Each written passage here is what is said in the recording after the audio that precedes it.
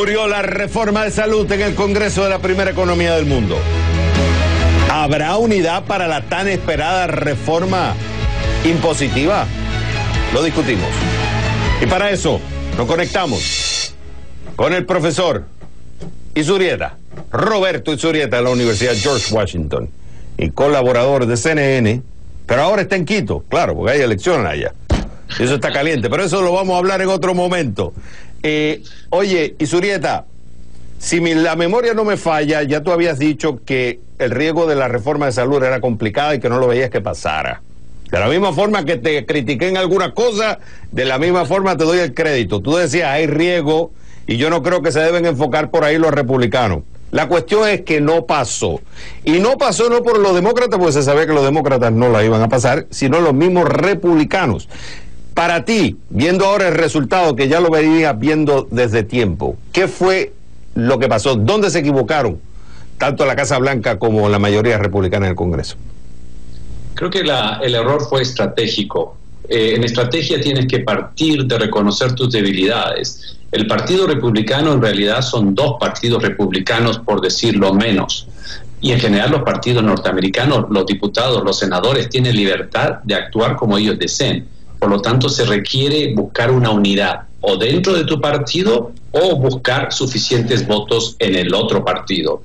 Para hacer esto, debieron haber comenzado con temas que podrían configurar una mayoría suficiente para pasar las iniciativas. La reforma de salud era la más complicada por muchísimos aspectos, no solamente desde el punto de vista de salud, desde el punto de vista impositivo, desde el punto de vista de los costos, desde el punto de vista de las ideologías, era muy complicada.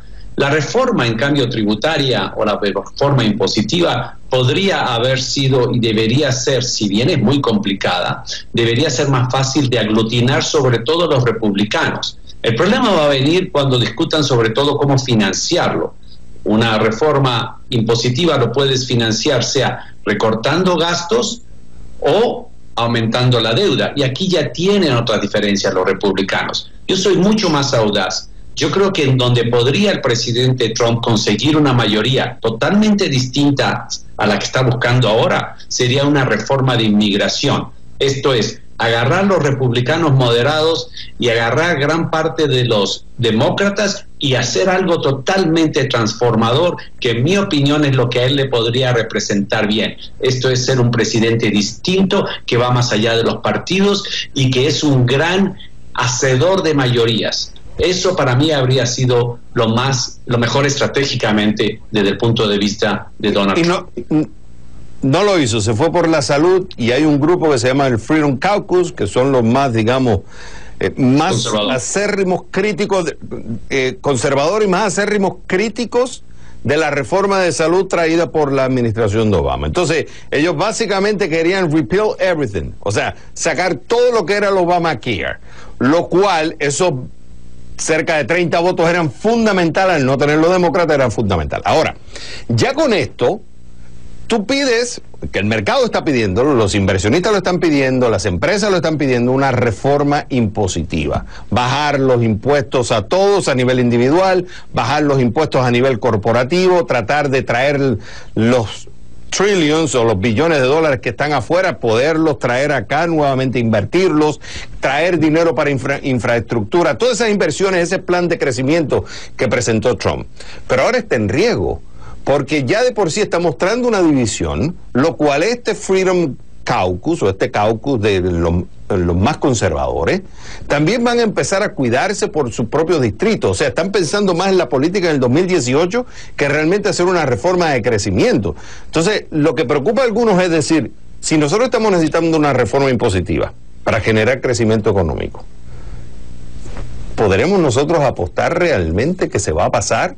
Entonces ya empieza a ponerse en duda incluso la administración de Trump en los próximos 2 años. Ya entonces el mercado empieza a pensar en las elecciones del 18 para ver quién va a tomar el Congreso. O sea, empiezan a traerse una serie de cuestionamientos que no es bueno para querer traer una reforma impositiva en los Estados Unidos.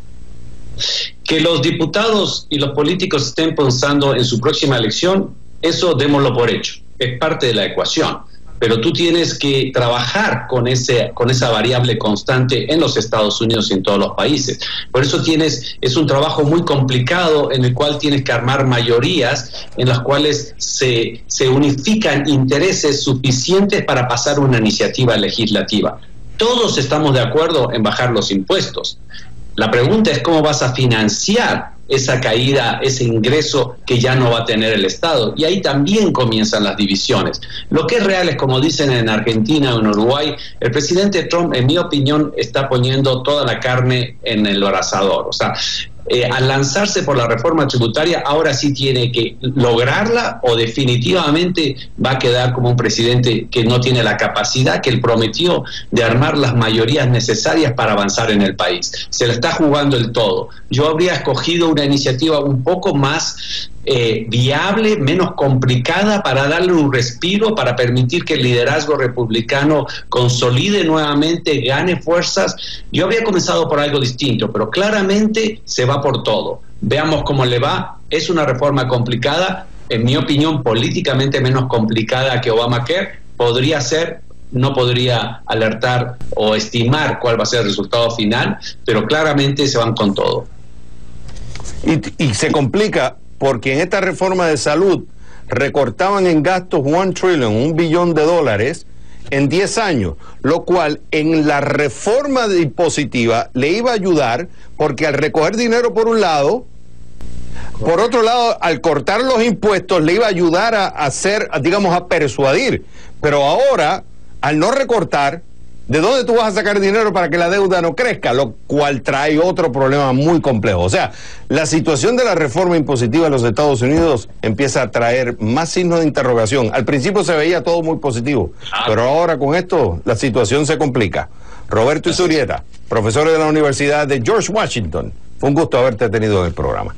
Bueno, pues nueva semana, nuevo capítulo en la agenda económica de la administración Trump, que en este cierre del mes de marzo buscará dejar atrás la derrota que sufrió para modificar la ley del cuidado de la salud, el Obamacare, con una propuesta que simplemente no prosperó en el Congreso.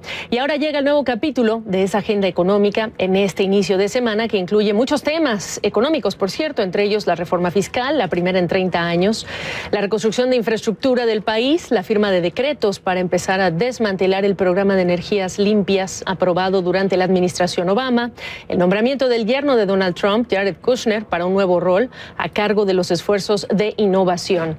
Pero el revés sufrido en el Congreso repercutió en el ánimo de los inversionistas nuevamente, y aunque algunos se preguntan qué parte de ese libro, El arte de la negociación, escrito por Trump, se refleja en lo ocurrido la semana pasada, expertos apuntan a que la Casa Blanca fracasó porque Trump respaldó una ley que no conocía bien, porque apuró su paso en el Congreso cuando es una ley complicadísima, y porque creyó que amenazar a aquellos disidentes republicanos le resultaría efectivo. Vienen ahora desafíos inmediatos como la renovación de lo que es el techo de la deuda y esa primera reforma del Código Fiscal en 30 años. Nada fácil, aunque sí muy prometido ese cambio, al igual que la nueva ley del cuidado de la salud. José Luis de Haro, ¿cómo estás? Un gusto saludarte. Pero no lograr esta primera reforma, la del cuidado de la salud, tendría implicaciones en esos planes de recortar incluso impuestos. Así es, Gaby. De momento hemos visto cómo la resaca dejada por esa decisión de retirar ese proyecto de ley el pasado viernes se dejaba sentir en las bolsas de todo el mundo, y en Wall Street la sentíamos sobre todo al comienzo de la negociación. El Dow Jones llegaba a perder más de 150 puntos, pero a lo largo de la misma hemos visto cómo esas pérdidas se han ido reduciendo. Parece que los inversores todavía tienen esperanzas en esos planes económicos de Donald Trump, aunque todavía tenemos que conocer muchísimos detalles, sobre todo en lo que se refiere a la reforma fiscal y qué es lo que se va a incluir dentro de la misma, y sobre todo si se va a contar con cierto apoyo también dentro del Partido Demócrata. De momento, hoy veíamos, como comentábamos, que esas pérdidas se han reducido en las últimas horas de negociación. Hemos visto como el dólar llegaba a tocar mínimos de las últimas 4 semanas, la rentabilidad del bono del Tesoro se situaba en el 2,37%, y ahora todas las miras siguen puestas en la Casa Blanca, y qué es lo que va a ocurrir en los próximos meses, porque tenemos que recordar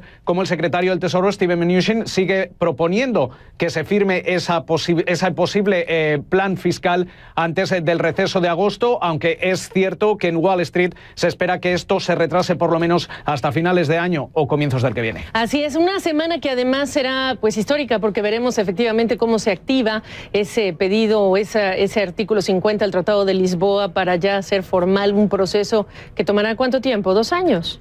Exactamente, 2 años, y parece que podríamos ver un resultado más o menos para abril de 2019, pero estas negociaciones van a ser lentas y sobre todo el primer año se va a centrar más en ese proceso de divorcio antes de poder conocer cuáles van a ser los detalles de la relación comercial entre Bruselas y Reino Unido, con lo cual esto podría generar también tensión en los mercados y volatilidad durante los próximos meses. Gaby. Hablando de Europa, ya quedó aprobada, aunque con condiciones, esta mega fusión Dow Chemical y DuPont, $130,000 millones, un grupo gigantesco vinculado con la agroindustria. Lo interesante es que ocurre en la misma semana que vamos a ver a la comisionada de competencia europea en Washington. Así es, Gaby, y además este visto bueno por parte de la Unión Europea para esa fusión de $130,000 millones es muy importante por todos los movimientos que estamos viendo dentro de la industria petroquímica. No solo tenemos a DuPont y a Dow Chemicals, también tenemos a Syngenta y a ChemChina, y por otro lado a Bayer y a Monsanto, con lo cual la aprobación por parte de la Unión Europea, que ha puesto algunas condiciones como la venta de determinados activos, es un viento a favor para esta fusión y para estas operaciones dentro de este sector. Tenemos que tener en cuenta que ambas compañías esperan sinergias para reducir costes de hasta $3,000 millones. También podrían incrementar su beneficio hasta en $1,000 millones.